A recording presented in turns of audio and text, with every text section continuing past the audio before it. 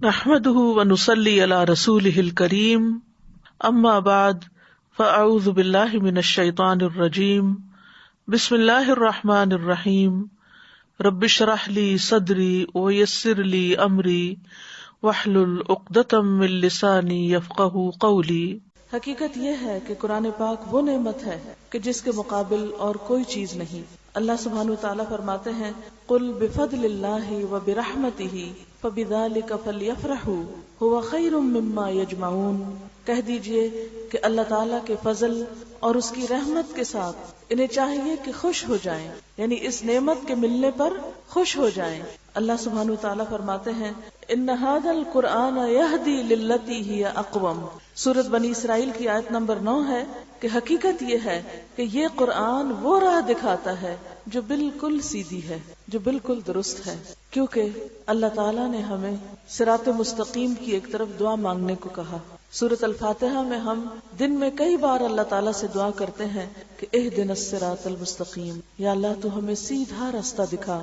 تو اللہ سبحانہ وتعالیٰ اس قرآن کی شکل میں ہمیں سیدھا راستہ عطا فرماتے ہیں، اور کیا فرماتے ہیں ان ھذا القرآن یہدی للتی ہی اقوم، سیدھا راستہ چاہیے تو اس قرآن کو مضبوط پکڑ لو۔ اسی لیے اس سے پیچھے والی آیت آپ دیکھیں کہ واعتصموا بحبل اللہ جمیعا ولا تفرقوا، اور سب مل کر اللہ کی رسی کو مضبوط پکڑ لو اور تفرقے میں نہ پڑو۔ گویا سیدھے رستے کے لیے کیا ضروری ہے؟ اس قرآن کو مضبوطی سے پکڑ لیا جائے، اور مضبوطی سے پکڑنے کا مطلب صرف اتنا ہی نہیں کہ اس کو نیچے نہ گرنے دیا جائے، اس کا مطلب یہ بھی ہے کہ اس کو صرف بند کر کے نہ رکھ چھوڑا جائے، بلکہ اس کو پڑھا جائے، اور صرف پڑھا ہی نہ جائے بلکہ اس کو سمجھا جائے، صرف سمجھ کے ہی نہ رکھ چھوڑا جائے، اس پر عمل کیا جائے، اور صرف خود ہی نہ عمل کر کے اپنے لیے جنت نہ کمائی جائے، اس کو آگے پہنچایا جائے، آگے پھیلایا جائے، دوسروں تک پہنچایا جائے۔ جیسا کہ اس آیت میں آپ دیکھ رہے ہیں فذکر بالقرآن من یخاف وعید، بس تم اس قرآن کے ذریعے ہر اس شخص کو نصیحت کرو جو میری تنبیہ سے ڈرتا ہو، یعنی جس کے دل میں بھی خدا کا خوف ہے، جس کے اندر بھی آخرت کا خوف ہے، جس کو بھی یہ احساس ہے کہ اس نے پلٹ کر واپس جانا ہے، تو اس کے لیے کیا ہے کہ اس کو اس قرآن کے ذریعے نصیحت کرو۔ آپ دیکھیں نصیحت کا مطلب کیا ہوتا ہے؟ خیر خواہی۔ تذکیر کا کیا مطلب ہوتا ہے؟ یاد دہانی۔ ہر انسان جو دوسرے کی خیر خواہی چاہتا ہے، دوسرے کی بھلائی چاہتا ہے، وہ اس کو ضرور اچھی نصیحت کرتا ہے۔ ایک مسلمان کا دوسرے مسلمان پر کیا حق ہے کہ اس کی خیر خواہی کی جائے، جیسا کہ ایک حدیث میں آتا ہے الدین النصیحہ، دین نصیحت کا نام ہے۔ نصیحت کیا؟ خیر خواہی کا نام ہے۔ آپ سے جب پوچھا گیا کہ کس کی خیر خواہی، تو آپ نے اللہ کی خیر خواہی، اس کی کتاب، اس کے رسول، اور پھر عامت المسلمین اور ان کے ائمہ کی خیر خواہی۔ تو عامت المسلمین جو ہیں ان کی خیر خواہی کس چیز میں ہے کہ انہیں یاد دہانی کرائی جائے۔ الحمدللہ ہم سب مسلمان ہیں، مسلمان گھرانوں میں پیدا ہوئے ہیں، ہم سب کے دل میں خدا رسول کی محبت ہے، لیکن ہم بھول جاتے ہیں کہ اللہ تعالی ہم سے کیا چاہتے ہیں، اللہ کے رسول صلی اللہ علیہ وسلم نے ہمارے لیے کیا طریقے پسند کیے ہیں، آخرت میں ہمارا حساب کس چیز کا ہوگا، ہماری دنیا اور آخرت کی کامیابی کا انحصار کس چیز پر ہے۔ اس کے لیے ہمیں بار بار قرآن کی طرف رجوع کرنا پڑتا ہے، اور اسی کے لیے لفظ تذکیر استعمال ہوتا ہے، فذکر یعنی یاد دہانی کراؤ۔ ہم بھول جاتے ہیں، یعنی قرآن پاک صرف ایک دفعہ پڑھ لینے کی چیز نہیں۔ عام طور پر کیا ہوتا ہے جب بچے ناظرہ پڑھتے ہیں کہتے ہیں ختم کر لیا، ختم کر کے بند کیا اور رکھ دیا، اور پھر جو دنیا کی پڑھائیوں میں لگے بھول گئے۔ نہیں، اس طرح پڑھنا بھی، اور دوسری طرف خاص طور پر بار بار اس کتاب کے مطابق اپنے عمل کا جائزہ لینا جو ہے وہ بے حد ضروری ہے۔ اس لیے آج کی اس مجلس کے حوالے سے میں نے چند آیات جو سلیکٹ کی ہیں وہ سورۃ فاطر کی آیات ہیں۔ ان الذین یتلون کتاب اللہ واقاموا الصلاۃ وانفقوا مما رزقناہم سرا وعلانیۃ یرجون تجارۃ لن تبور، بے شک وہ لوگ جو اللہ کی کتاب کی تلاوت کرتے ہیں، بے شک وہ لوگ جو اللہ کی کتاب پڑھتے ہیں، واقاموا الصلاۃ اور نماز قائم کرتے ہیں، یعنی ایک طرف قرآن ان کے ہاتھ میں ہے، دوسری طرف نمازوں کا اہتمام ہے۔ وَأَنفَقُوا مِمَّا رَزَقْنَاهُمْ سِرًّا وَعَلَانِيَةً، اور اس میں سے جو ہم نے انہیں رزق عطا کیا ہے پوشیدہ اور کھلے خرچ کرتے ہیں، یعنی اللہ کی راہ میں اپنا مال لگاتے ہیں۔ یرجون تجارتاً لن تبور، وہ ایسی تجارت کی توقع رکھتے ہیں جس میں ہرگز خسارہ نہیں، جس میں بالکل نقصان نہیں۔ ہم سب کیا چاہتے ہیں کہ ہم نقصان سے بچ جائیں، ہمیں خسارہ نہ ہو، ہمارا وقت ضائع نہ ہو، ہماری نمازیں ضائع نہ ہو، ہماری نیکیاں ضائع نہ ہو، اسی طرح ہم جہاں مال لگائیں وہاں سے ہمیں فائدہ حاصل ہو. تو اس کے لیے اللہ سبحانہ وتعالیٰ نے طریقہ بتا دیا کہ تم اگر ایک ایسی تجارت چاہتے ہو کہ جس میں کوئی نقصان نہ ہو تو اس کے لیے یہ 3 کام اپنی زندگی کا ایک لازمی حصہ بنا لو. کون سے؟ یتلون کتاب اللہ، اللہ کی کتاب کی تلاوت، دن میں بھی اور رات کی گھڑیوں میں بھی، نماز کے اندر بھی اور نماز کے علاوہ بھی، کھلے بھی اور چھپے بھی، ہر حال میں، یعنی تمہارے ساتھ یہ قرآن ہو. دوسری طرف وَأَقَامُوا الصَّلَاةَ، صرف ہم قرآن ہی کے پڑھنے پڑھانے والے نہ ہوں، ہماری نمازیں بھی درست ہوں. اقاموا الصلاۃ میں نماز کی درستگی مراد ہے، نماز کی پابندی کے علاوہ نماز کی درستگی بھی. درستگی میں صرف اس کے الفاظ کی درستگی نہیں، اس کے طریقہ کار کی درستگی بھی اس میں شامل ہو جاتی ہے، اس میں وقت کی پابندی بھی آتی ہے. وَأَقَامُوا الصَّلَاةَ وَأَنفَقُوا مِمَّا رَزَقْنَاهُمْ، اور جو ہم نے ان کو رزق دیا ہے اس میں سے وہ خرچ بھی کریں. یعنی ایک طرف پڑھنے پڑھانے کا کام، دوسری طرف عبادت، اور تیسری طرف خدمت خلق. انفقوا مما رزقناہم، جو رزق ہم نے ان کو دیا اس میں سے خرچ کریں. اور خرچ کیسا؟ سرا و علانیتاً، چھپا کے بھی اور علانیہ طور پر بھی، ظاہراً بھی. اب آپ دیکھیں، کیا ہم یہ 3 شرائط پوری کرتے ہیں؟ کیا ہم تلاوت کتاب کا حق ادا کرتے ہیں؟ کیا ہم تلاوت کی کیئر کرتے ہیں؟ کیونکہ تلاوت صرف اتنا ہی نہیں کہ غلط سلط آپ پڑھ لیں، نہیں. الذین آتیناہم الکتاب یتلونہ حق تلاوتہ اولئک یؤمنون بہ، وہ لوگ کہ جن کو ہم نے کتاب دی وہ اس کو اس طرح پڑھتے ہیں جیسے پڑھنے کا حق ہے. یہی لوگ دراصل اس پر ایمان لاتے ہیں، یعنی کتاب کا حق ادا کرنے والے ہی اس پر ایمان لانے والے ہیں. یعنی اس کو صحیح پڑھنے والے ہی اس کا حق ادا کرنے والے ہیں، اور حق ادا کرنے والے ہی اس پر ایمان لانے والے ہیں. اب کتاب کا حق کیا ہے؟ نبی صلی اللہ علیہ وسلم جب اس کو پڑھتے تھے تو کیسے پڑھتے تھے؟ اس کے حق 2 طرح سے آپ جانیں، یعنی تلاوت کا حق جو ہے، یعنی اس کے ریڈنگ کا جو حق ہے. نمبر 1 یہ ہے زبر، زیر، پیش، شد، مد، جزم، یہ جتنی بھی حرکات ہیں ان سب کا صحیح حق دیا جائے. یعنی زبر کو آپ مد بنا دیں اور مد کو آپ زبر کر دیں، کھڑی زیر کو کھڑی زبر پڑھ دیں اور الٹی پیش کو آپ زیر سے بدل دیں. یہ تبدیلی نہیں کر سکتے ہم اپنی مرضی، کیونکہ ان حرکات میں تبدیلی سے معنی بدل جاتا ہے. مثلا آمنو اور آمنو میں فرق صرف زبر اور زیر کا ہے، لیکن بہت بڑا فرق ہو جاتا ہے. آمنو کا مطلب ہوتا ہے وہ ایمان لائے، اور آمنو کا مطلب ہے ایمان لے آؤ. ہو گیا نا فرق؟ ایمان لے آؤ اور ایمان لے آئے، دونوں میں فرق ہو گیا. فرق ہے زبر اور زیر کا. قرآن کا مطلب بدل جاتا ہے اگر ہم زبر زیر میں غلطی کرتے ہیں. اس کی بہت سی مثالیں، اس وقت اتنا وقت نہیں کہ میں لمبی چوڑی مثالوں سے آپ کو بات سمجھاؤں.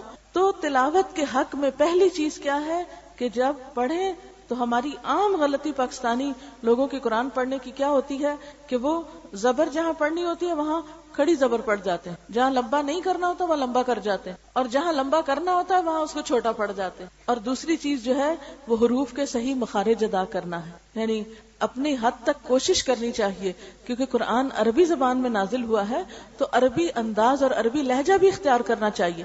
اور اس کا بہترین طریقہ کیا ہے کہ عرب قاریوں کی کیسٹ سنیں. پہلے زمانے میں تو لوگوں کے لیے مشکل تھا کہ کسی دوسرے ملک میں رہتے ہوئے عرب ملک میں جائیں اور وہاں کسی عرب استاد کے پاس بیٹھ کے عربی لہجہ اختیار کریں. آج کے دور میں تو الحمدللہ یہ چیز مشکل نہیں رہی. گھر گھر میں قرآن کی کیسٹس ہونی چاہیے. آپ دیکھیں کہ ہم میں سے کوئی گھر ایسا نہیں جس میں گانوں کی کیسٹیں نہ ہوں. کوئی گاڑی ایسی نہیں نظر آتی کہ جہاں پر گانوں کی کیسٹیں نہ ہوں. اب بچہ جو ہے وہ گانوں کا شدائی ہے. ہمارے بچے کو یہ تو پتا چل گیا کہ روح کی غذا موسیقی ہے، لیکن یہ پتا کیوں نہیں کہ روح کی غذا قرآن کی تلاوت میں ہے. تلاوت قرآن روح کی غذا ہے. جو اللہ نے اصل غذا رکھی ہے وہ چھوڑ کے ہم اور چیزوں کے پیچھے لگے ہوئے ہیں. تو ہمیں اپنے بچوں کو، اپنے گھر والوں کو متبادل دینا ہے، آلٹرنیٹ دینا ہے. جو موسیقی روح کی غذا بنائی ہوئی ہے اس کے بدلے میں دوسری کیسٹوں سے ریپلیس کرنا ہے. قرآن پاک کی خوبصورت قراءات جو ہیں ان کا ذوق پیدا کریں اپنے گھروں کے اندر، اپنے بچوں کے اندر. جہاں وہ اپنا لگاتے ہیں وہاں آپ صبح فجر کے وقت ان کے اٹھنے سے پہلے قرآن پاک کی تلاوت گھر میں لگائیں. اس طرح پورے گھر میں تلاوت گونجے کہ ساروں کے کان میں پڑ جائے. یہ ماں ہی کرتی ہے نا، ماں نہیں کرے گی تو کون کرے گا؟ یہ ماں کی ذمہ داری ہے کہ خوبصورت تلاوت سے گھر کو روشن کریں. اگر خود نہیں بھی پڑھنا آتا تو سنیں.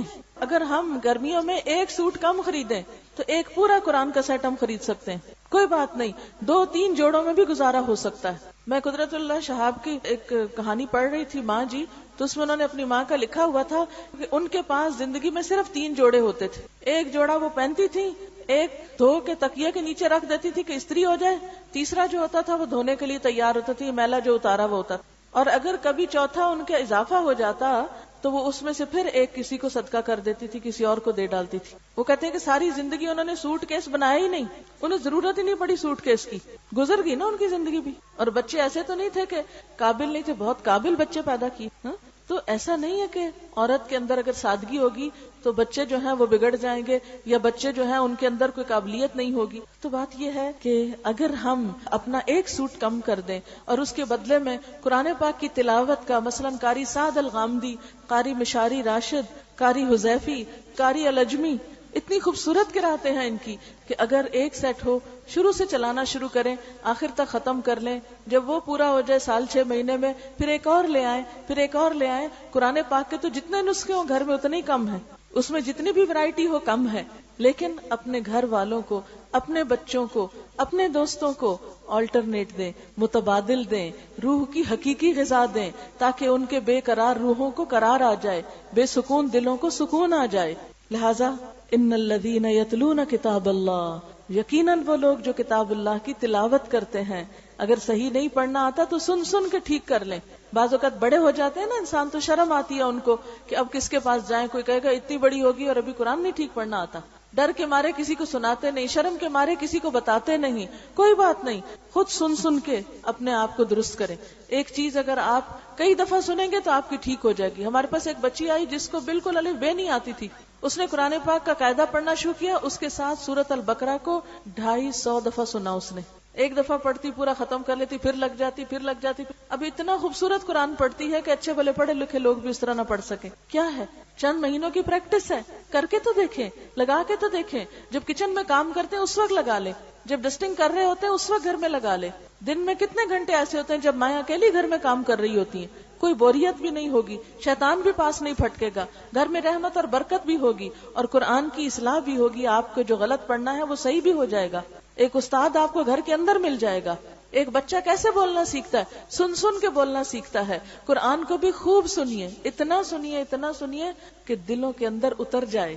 کیونکہ وہ دل جس کے اندر قرآن نہیں، اجڑے ہوئے گھر کی طرح ہے، ویران گھر ہے، ڈپریشن کا مارا ہے، بے سکون دل ہے. لیکن جس دل میں قرآن آ جاتا ہے پھر بڑے سے بڑا غم بھی اس شخص کو پریشان نہیں کرتا، تو بڑے سے بڑی تکلیف بھی اس کے لیے ہلکی ہو جاتی ہے، کیونکہ اس کا رب اس کے ساتھ ہے، اس کا کلام اس کے اندر ہے. اس دل کے اندر ایمان خوبصورتی سے اپنے قدم جما لیتا ہے. صحابہ کرام کے ایمان کا حال قرآن نے یہی بیان کیا. وَلَكِنْ حَبَّبَ إِلَيْكُمُ الْإِيمَانَ وَزَيَّنَهُ فِي قُلُوبِكُمْ، اس نے ایمان کو تمہارے دلوں کے لیے محبوب کر دیا اور اسے تمہارے دلوں میں سجا دیا. زَيَّنَهُ فِي قُلُوبِكُمْ، ایمان دل میں جب سج جاتا ہے، جب خوبصورتی کے ساتھ ڈیکوریٹ ہو جاتا ہے، تو پھر کسی اور چیز کے لیے اس میں جگہ نہیں رہتی، نہ حسد، نہ بخل، نہ کسی کی نفرت، اور نہ کسی سے بدگمانی، اور نہ ہی کچھ اور. اس لیے کہ وہاں تو کچھ اور سجا ہوا ہے، ایمان سجا ہوا ہے، ایمان دل کو لگ گیا ہے، اس نے اپنا ڈیرا جما لیا ہے. لہٰذا دلوں کے اندر ایک اور ہی حسن پیدا ہو جاتا ہے. دل جب خوبصورت ہوتا ہے تو انسان کی گفتگو بھی خوبصورت ہونے لگتی ہے. جب دل خوبصورت ہوتا ہے تو معاملہ بھی خوبصورت ہونے لگتا ہے. اگر دل میں بدگمانی اور حسد بھرا ہوا ہو تو معاملہ کبھی ٹھیک نہیں ہو سکتا. تو یہ اسی وقت ہو سکتا ہے جب قرآن دلوں کے اندر اترتا ہے اور ایمان دلوں کے اندر قدم جماتا ہے. تو ان الذین یتلون کتاب اللہ واقاموا الصلاۃ، اقام الصلاۃ میں بھی آپ دیکھیں کہ نبی صلی اللہ علیہ وسلم صرف 5 نمازیں نہیں پڑھتے تھے. ہمارے لیے تو 5 نمازیں بھاری ہیں. آپ 5 نمازوں کے علاوہ تہجد میں آدھی رات کھڑے رہتے تھے، اتنا کھڑے رہتے تھے کہ آپ کے قدم سوج جاتے تھے. ایک ایک رکعت میں بعضوں کا سورۃ البقرہ، آل عمران اور النساء تک پڑھ جاتے تھے. اور پھر صرف تہجد کی نماز نہیں، پھر اشراق کی نماز، چاشت کی نماز، پھر اسی طرح جمعے کے دن جمعے کی نماز. پھر کوئی مشکل آتی، تکلیف آتی، سورج گرہن ہوتا، چاند گرہن ہوتا تو فوراً نماز. بارش نہ برستی، قحط سالی ہوتی تو نماز، بارش زیادہ برس جاتی تو نماز. پھر اسی طرح اگر بادل اور آندھی آتی تو نماز، کوئی فوت ہو جاتا تو نماز، خوشی کا موقع ہوتا نماز، عیدین کے موقع پہ نماز، ہر موقع پہ حدیث میں آتا ہے اذا حزبہ امر فزع الی الصلاۃ، جب آپ کو کوئی چیز غمگین کرتی فوراً نماز کی طرف دوڑتے، سب سے پہلے نماز کا سہارا لیتے، کیونکہ اللہ کا حکم یہی ہے واستعینوا بالصبر والصلاۃ، کہ مدد مانگو صبر اور نماز کے ساتھ۔ آج ہم انسانوں پر ڈیپینڈ کرتے ہیں، انسانوں کا سہارا لیتے ہیں، لیکن نبی صلی اللہ علیہ وسلم کا طریقہ کیا تھا؟ ہر چیز میں اللہ سے مدد، اور اللہ سے مدد میں سب سے پہلی چیز نماز، خوشی میں بھی نماز، غم میں بھی نماز، شکرانے کی بھی نماز، حاجت کی بھی نماز، کوئی مشکل پیش آتی، کوئی مشورہ لینا ہوتا تو اللہ سے لیتے، استخارے کی نماز، کتنی نمازیں ہیں جو آپ صلی اللہ علیہ وسلم پڑھتے تھے۔ اس لیے ان الذین یتلون کتاب اللہ واقاموا الصلاۃ وانفقوا مما رزقناہم سرا وعلانیہ، اور وہ خرچ کریں اللہ کے راستے میں جو ہم نے ان کو رزق دیا ہے۔ یہ رزق جو ہے نا اللہ کا ہے، مال اللہ کا ہے، اولاد اللہ کی ہے۔ ہم عام طور پر کیا کہتے رہتے ہیں؟ میرا بچہ، میری بچی، لیکن آپ نے بزرگوں سے سنا ہوگا وہ ہمیشہ کیا کہتے ہیں؟ اللہ کا مال، اللہ کی امانت۔ وہ ان چیزوں کو اپنا نہیں کہتے۔ جب ہم ان چیزوں کو اپنی ملکیت بنا لیتے ہیں نا، پھر جب ہاتھ سے جاتی ہے تو ہمیں دکھ بھی بڑا ہوتا ہے کہ میری چیز چلی گئی۔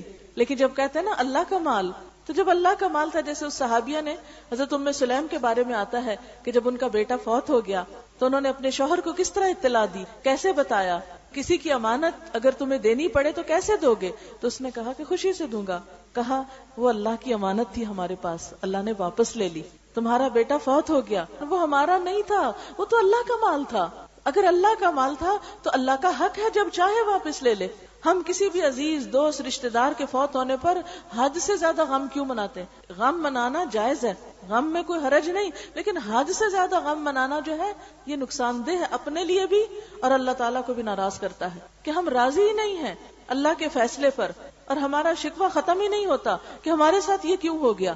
بعض اوقات ایسا ہوتا ہے نا، کسی کا بچہ فوت ہو جاتا ہے، یا کسی کا کوئی عزیز پیارا، یا کوئی ایسا جس کے اوپر وہ سارا گھرانہ ڈیپینڈ کرتا ہے، تو وہ بڑے اللہ سے ناراض ہو جاتے ہیں، اجر بھی گنواتے ہیں، اور اللہ تعالیٰ کی ناراضگی آخرت میں بھی مول لیتے ہیں، اور نہ دنیا رہی نہ آخرت کی۔ دنیا کا تو نقصان ہوا ہی ہوا، آخرت بھی برباد کر لی۔ تو یہ سب کچھ کیوں ہوتا ہے؟ غلط سوچ کا نتیجہ ہے، منفی سوچ کا نتیجہ ہے۔ یہ سب کچھ جب ہمارا ہے نہیں تو اس کے چھننے اور جانے کا پھر غم کیسا؟ جب کوئی فوت ہوتا ہے تو ہم کیا کہتے ہیں؟ انا للہ وَإِنَّا إِلَيْهِ رَاجِعُونَ۔ وہ کیا، ہم تو خود بھی اللہ کے ہیں، یہ جسم ہمارا نہیں، یہ زبان ہماری نہیں، یہ جو علم ہے ہمارے پاس وہ ہمارا نہیں، کچھ بھی جو ہمارے پاس ہے وہ ہمارا نہیں، یہ تو وقتی طور پر ہمیں بطور امانت ملا ہے۔ لِيَبْلُوَكُمْ أَيُّكُمْ أَحْسَنُ عَمَلًا، یہ سب کچھ تو اس لیے ہمیں دیا گیا ہے کہ وہ آزما کے دیکھ رہا ہے کہ تم میں ان سے اچھے کام کون لیتا ہے، ان چیزوں کو اچھے راستے میں کون استعمال کرتا ہے۔ آپ دیکھیں، اللہ نے ہمیں آنکھیں دی ہیں، اللہ نے زبان دی، اللہ نے آوازیں دی، اللہ نے حلق دیا، اللہ نے دماغ دیا، اللہ نے طاقت دی، اللہ نے بولنا سکھایا۔ الرحمن علم القرآن، قرآن کو اس نے ہمارے لیے آسان کیا، پھر اس کے باوجود ہم قرآن نہ پڑھیں تو بڑی بدبختی کیا ہوگی پھر، اور اگر پڑھیں تو اللہ پر احسان نہیں۔ ان الذین یتلون کتاب اللہ واقاموا الصلاۃ، یہ زندگی کس نے دی؟ آخر کیوں نہ پڑھے نماز؟ دنیا میں آتے ہیں تو اذان دی جاتی ہے کان میں، جاتے ہیں تو نماز جنازہ پڑھی جاتی ہے، تو پھر بیچ کی زندگی میں نماز نہیں پڑھیں گے؟ کیا جواب دیں گے؟ سب سے پہلا سوال تو نماز ہی کا ہوگا، سب سے پہلی پوچھ تو اسی کے بارے میں ہوگی۔ آخر کیا مشکل ہے ہمارے اندر؟ کیوں نہیں دل چاہتا؟ یہ دل سخت ہو گیا ہے نا، دل سخت ہو گیا، اور دل کی سختی بدقسمتی کی علامت ہوتی ہے، انسان کی بدبختی ہوتی ہے۔ رو کر اللہ سے دعا مانگنی چاہیے اگر نماز کو دل نہ چاہے، اگر نماز کی طرف رجوع کرنے کو دل نہ مانے۔ نبی صلی اللہ علیہ وسلم نے تو اس کو آنکھوں کی ٹھنڈک قرار دیا تھا، پر لطف چیز قرار دیا تھا، اور اگر آپ واقعی جانیں تو اس میں انجوائے کرنے کی بہت سی چیزیں ہیں نماز کے اندر۔ دنیا کے کام کاج سے انسان تھک جاتا ہے، وضو کر کے تازہ دم ہو جاتا ہے، صاف ستھرا ہو جاتا ہے، پھر اللہ کے سامنے جھک کر ساری تھکاوٹ دور ہو جاتی ہے، پھر دل پہ جو بوجھ ہوتے ہیں وہ اترنے لگتے ہیں، جو حاجتیں ہوتی ہیں وہ اللہ سے مانگ کر انسان کو اطمینان حاصل ہونے لگتا ہے۔ اسی لیے آپ صلی اللہ علیہ وسلم نے کیا فرمایا تھا؟ جعلت قرۃ عینی فی الصلاۃ، میری آنکھوں کی ٹھنڈک نماز میں رکھ دی گئی ہے۔ اقم الصلاۃ یا بلال ارحنا بہا، حضرت بلال سے فرماتے بلال نماز قائم کرو، یعنی آزان دو اور ہمیں اس سے راحت پہنچاؤ۔ یہ تو شیطان ہے جو آزان کی آواز سن کے بھاگنے لگتا ہے، اور پھر یہ شیطان کی شاگردی ہے، اور شیطان کے پیچھے چلنا ہے کہ آزان کی آواز سے دل گھبرائے اور اپنے لیے ایک مصیبت سمجھی جائے کہ او ہو پھر اذان ہوگی پھر نماز پڑھیں، یہ تو بدقسمتی کی علامت ہے. اب فکر کرنی چاہیے اگر ہمارے دلوں کی کیفیت یہ ہے کہ دل نماز سے بھاگتے ہیں تو الارم ہے ہمارے لیے کہ ہم نقصان میں جا رہے ہیں. نقصان سے بچتے تو یہ لوگ ہیں. ان الذین یتلون کتاب اللہ واقاموا الصلاۃ وانفقوا مما رزقناهم سرا وعلانیۃ یرجون تجارۃ لن تبور. یہ ہیں جو تجارت کے امیدوار ہیں جس میں ہرگز خسارہ نہ ہوگا، جس میں کوئی نقصان نہیں، جس میں کوئی پریشانی کی بات نہیں، جس میں کسی بھی قسم کا کوئی بھی انسان کا نقصان نہ ہوگا. جو وقت اس کے پڑھنے میں لگاؤ گے، جو صلاحیت اس میں خرچ کرو گے، جو ٹائم اس میں لگاؤ گے، جو مال اپنا اللہ کے راستے میں لگاؤ گے، اس کے بدلے میں کہیں بھی کوئی نقصان نہ ہوگا. آپ صلی اللہ علیہ وسلم کو سب سے زیادہ جو چیز پسند تھی وہ کسی کو کچھ دینا تھا. کبھی آپ ہدیے کے نام پہ دیتے، کبھی آپ عطیے کے نام پہ دیتے، کبھی آپ ہبہ کے نام پہ دیتے، کبھی آپ صدقے کے نام پہ دیتے، کبھی آپ زکوٰۃ کے نام پہ دیتے. ہر موقع پر آپ دینے ہی والے تھے. آپ نے فرمایا کہ دینے والا ہاتھ لینے والے ہاتھ سے بہتر ہے، اوپر والا ہاتھ نیچے والے ہاتھ سے بہتر ہے. یعنی لینے والا جو ہے اس کے مقابلے میں دینے والا جو ہے اس کی زیادہ فضیلت ہے. اب یہ آپ دیکھیے کہ آپ صلی اللہ علیہ وسلم کی زندگی میں کچھ بھی جب ان کے پاس آتا تھا تو وہ ہمیشہ اپنی ذات پر دوسروں کو ترجیح دیتے تھے. اور بعض اوقات اگر کسی سے کوئی چیز خریدتے تھے، یعنی لینا دینا صرف یہی نہیں ہوتا کہ کوئی شادی بیاہ ہو تو آپ کسی کے ساتھ کوئی لینا دینا کر لیں، اس کو تحفہ تحائف دے دیں، یا کوئی حج کر کے آیا ہے تو اس طرح لینا دینا کر لیں جسے ہم نے عام طور پر لینے دینے کا مطلب سمجھا ہوا ہے. نہیں، جہاں بھی جس کی جو ضرورت ہو، کوئی اپنا ہو یا پرایا ہو، جو انسان کے بس میں، استطاعت میں اور توفیق میں ہو، خواہ وہ کسی کو کھانا کھلانا ہو، یا کسی کو کپڑا پہنانا ہو، یا کسی کی تعلیم کا بندوبست ہو، یا فی سبیل اللہ کوئی کام ہو، اللہ کے دین کی تبلیغ کے لیے ہو، کوئی بھی چیز جو ہو وہ سب اس میں شامل ہو جاتی ہیں. اسی لیے ہم دیکھتے ہیں کہ آپ صلی اللہ علیہ وسلم مختلف مواقع پر مختلف طریقوں سے خرچ کرتے تھے. مثلا سب سے زیادہ آپ کی بخشش جو تھی وہ لونڈی غلاموں پر تھی. یعنی جو سب سے زیادہ غریب اور فقیر قسم کے لوگ تھے، جو سب سے زیادہ محتاج لوگ تھے، ان کا آپ بہت زیادہ خیال رکھا کرتے تھے. پھر اسی طرح ہم دیکھتے ہیں کہ آپ صلی اللہ علیہ وسلم جب کسی سے کوئی چیز خریدتے تھے تو اس کو جو بدلے میں قیمت دیتے تھے وہ اس کے حق سے زیادہ دیتے تھے. ہمارا حال کیا ہوتا ہے؟ ہم کم کرا کے اور اس میں بھی خاص طور پر کہاں زیادہ کم کراتے ہیں؟ جو غریب لوگ ہوتے ہیں، جو ریڑھی ٹھیلے والے ہوتے ہیں، انہی سے ہی کم کراتے ہیں. اگر کسی بڑی سے بڑے اسٹور یا دکان میں چلے جائیں تو وہاں تو پھر ہم شرما جاتے ہیں کہ وہ کہیں گے اتنے بڑی دکان پہ آئی اور یہ پیسے کم کرا رہی. وہاں تو ہم اپنی شان اور آن کے خلاف سمجھتے ہیں اس بات کو. وہاں تو فخریہ طور پر بھی زیادہ قیمت دے دیتے ہیں. لیکن بچت کہاں کرتے ہیں؟ جمعہ بازار میں. کہ جو بےچارے پہلے ہی غریب ہیں، جن کے پاس پہلے ہی کچھ نہیں ہے، جنہوں نے ساری دہاڑی میں کوئی 100-200 ہی کمانا ہے، کبھی کسی رکشے پہ بیٹھے یا کسی ٹیکسی پہ بیٹھے تو اس کے ساتھ بہت زیادہ بھاؤ تاؤ کرتے ہیں. اب ایک ٹیکسی چلانے والا سارے دن میں زیادہ کیا کما لے گا؟ اس وقت ہمیں اس کا میٹر چلتا دیکھ کے بڑی پریشانی ہوتی ہے کہ ہمارے پیسے زیادہ لگ رہے ہیں.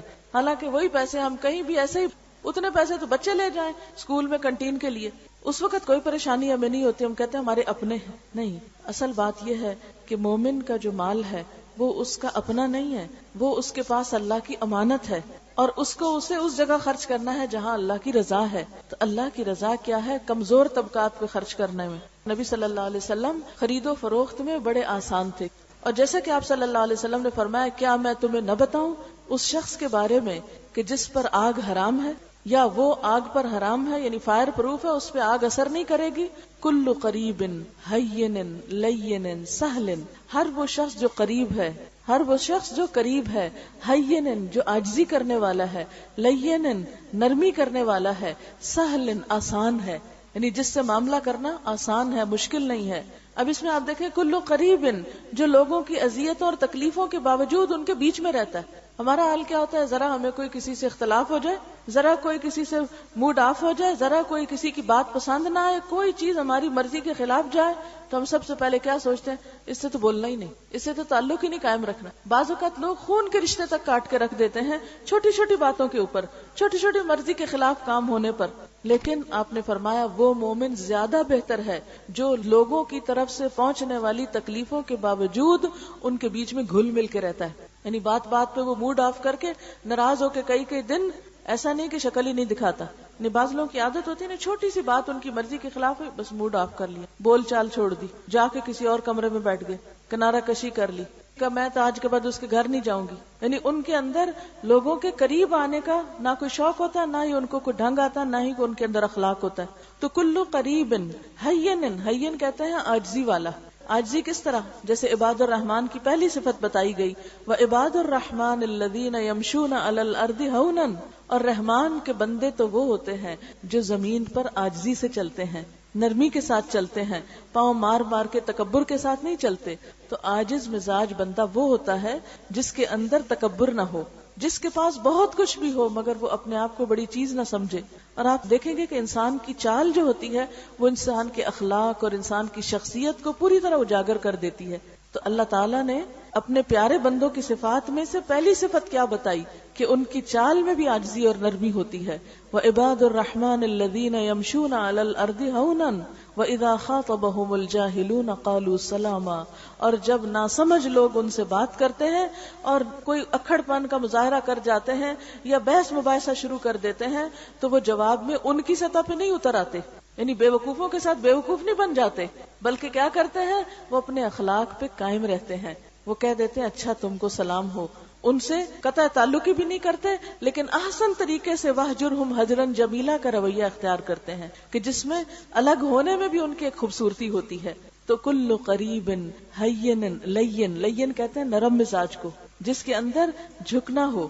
جیسے امام عموماً جب صف بنواتے ہیں تو اس کو کیا کہتے ہیں، لینو فی ایدی اخوانکم، اپنے بھائیوں کے ہاتھوں میں نرم پڑ جاؤ. یعنی صفیں ملانے میں اور صفیں جوڑنے میں تم کیا نہ کرو، اکڑ کا مظاہرہ نہ کرو. مسلم کی جو ایک شناخت ہے وہ کیا دی گئی کہ مسلمان ایک عاجز مزاج بندہ ہوتا ہے کہ جس طرف اس کو کوئی موڑے مڑ جاتا ہے. یعنی وہ دوسروں کے آگے اکڑ کا مظاہرہ نہیں کرتا کہ نہیں میں نہ سنوں، میں نہ مانوں، ہاں میں تمہاری طرف توجہ نہ دوں. نہیں، وہ دوسروں کی طرف توجہ دینے والا اور ان کی بات سن لینے والا اور ان کی بات مان لینے والا ہوتا ہے.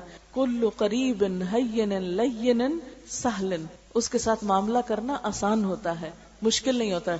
بعض لوگوں کے ساتھ معاملہ کرنا بہت مشکل ہوتا ہے، کہتے ہیں ڈیفیکلٹ پرسن ہے، بہت ڈیفیکلٹ ہے، ہم نہیں اس سے بات کر سکتے، جاؤ تم ہی اس سے بات کرو، ہماری نہیں وہ سنے گا، ہماری نہیں وہ مانے گا. تو یہ جو سختی ہے مزاج کی، یہ انتہائی ناپسندیدہ چیز ہے. آپ دیکھیں کہ قرآن پاک سورۃ بنی اسرائیل میں یہ ایک آیت آتی ہے، اس کا مفہوم یہ ہے کہ بعض اوقات جب کوئی رشتہ دار آپ سے کسی ایسی چیز کا تقاضا کرتے ہیں کہ جو آپ کے بس میں نہیں ہوتی ان کو دینی، مثلا کوئی مال مانگ بیٹھتے ہیں، کوئی قرضہ مانگنے آ جاتے ہیں، فَإِمَّا تُعْرِضَنَّ عَنْهُمْ ابْتِغَاءَ رَبِّكَ فَقُلْ لَهُمْ قَوْلًا مَيْسُورًا، کہ جب تمہیں ان سے اعراض برتنا ہو تو تم کیا کرو کہ ابھی تم اپنے رب کی طرف سے رزق کے امیدوار ہو، ابھی تمہارے پاس اتنا نہیں کہ تم دوسروں کو دے سکو، تو پھر کیا کرو، قُلْ لَهُمْ قَوْلًا مَيْسُورًا، ان کے ساتھ آسان بات کرو، ان کے ساتھ نرمی سے